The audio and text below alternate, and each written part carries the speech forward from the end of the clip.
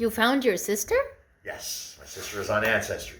And so I immediately, how do you call? There's no phone numbers. So on Ancestry, you make a profile of yourself. So I made a profile, but my profile wasn't a profile, it was a message to my sister. I said on my profile, "This is Michael Little Bear. I am your little brother. I was born this year at this date. This is my phone number. Call me." Within less than 12 hours, my sister calls me, and it was amazing. I mean, amazing. Within a couple days, I'm up in Modesto at my sister's house, knocking on the door, and my other sister, Ronnie, shows up. Linda lives out in Modesto. Ronnie lives in Sacramento. My brother. But you had never met these No, I've never siblings. met anybody. I never knew that I had people in my life like me, my people. And so my mama, my daddy, my people, my family, my real family. And so my brother, so my sisters are there, and I walk in and I just started tearing up. Oh my God. A girl me. I'm looking at my older sister. She looks just like me. And I look at Ronnie, my other older sister, who's my twin. She was born a year before me. She looks dead on me, but she's a girl. And I'm like, what the fuck? This is amazing. And then I get a phone. The phone rings. My sister says, "Your brother's coming." I'm like, "What? I got a brother?" She goes, and so we're sitting there talking about family history and what happened to my mom, what happened to my dad, just everything.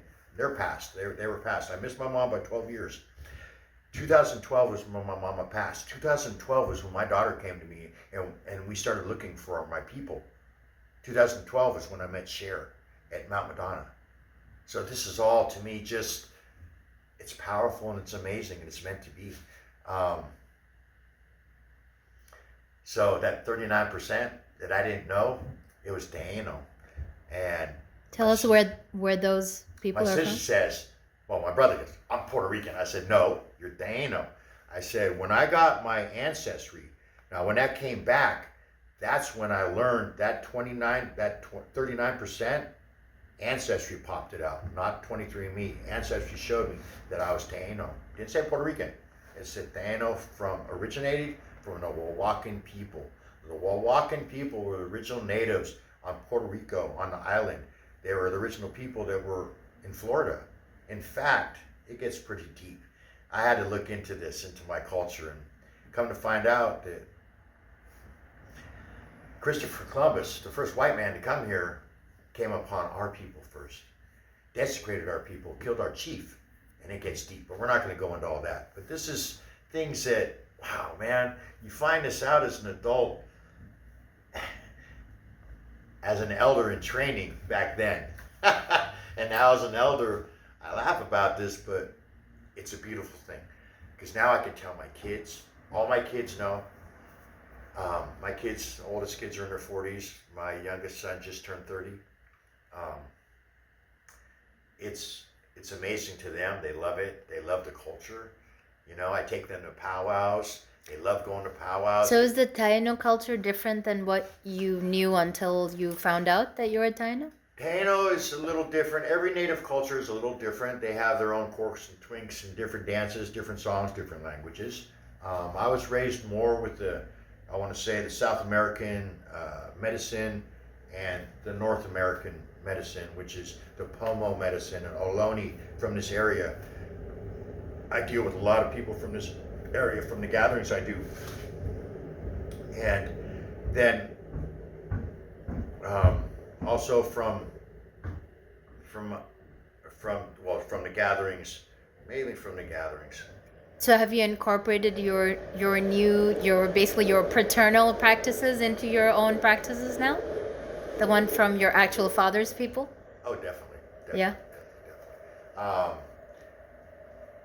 That's amazing When I that got your out- when I- journey into finding out who you really When are I got out was of prison, I was taught in prison when we first sweat lodge. The medicine in the sweat lodge was from South Dakota, from medicine. The medicine comes from the giving tree, the tree of life, which I have not yet seen yet, but I've told it's beautiful. And this is like the main source for all of our people from all Turtle Island, America, Turtle Island. So going to Sweat Lodge for me, that was my source.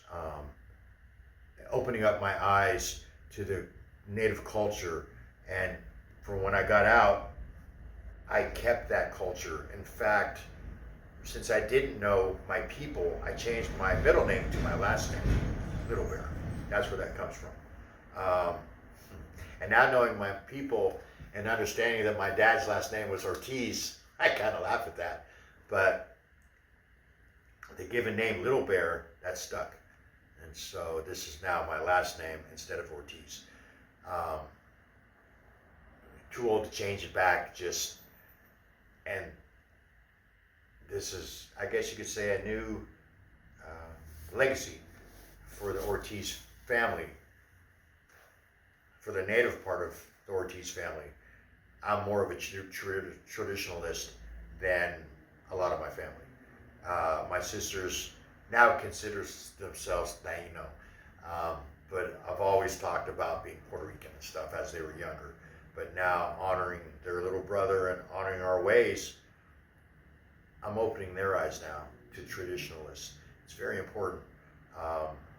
My sisters were raised Catholic for a little part until they could get away from grandma, and then they just stopped going to church, and they did, they'd pray now and then, but now it's different.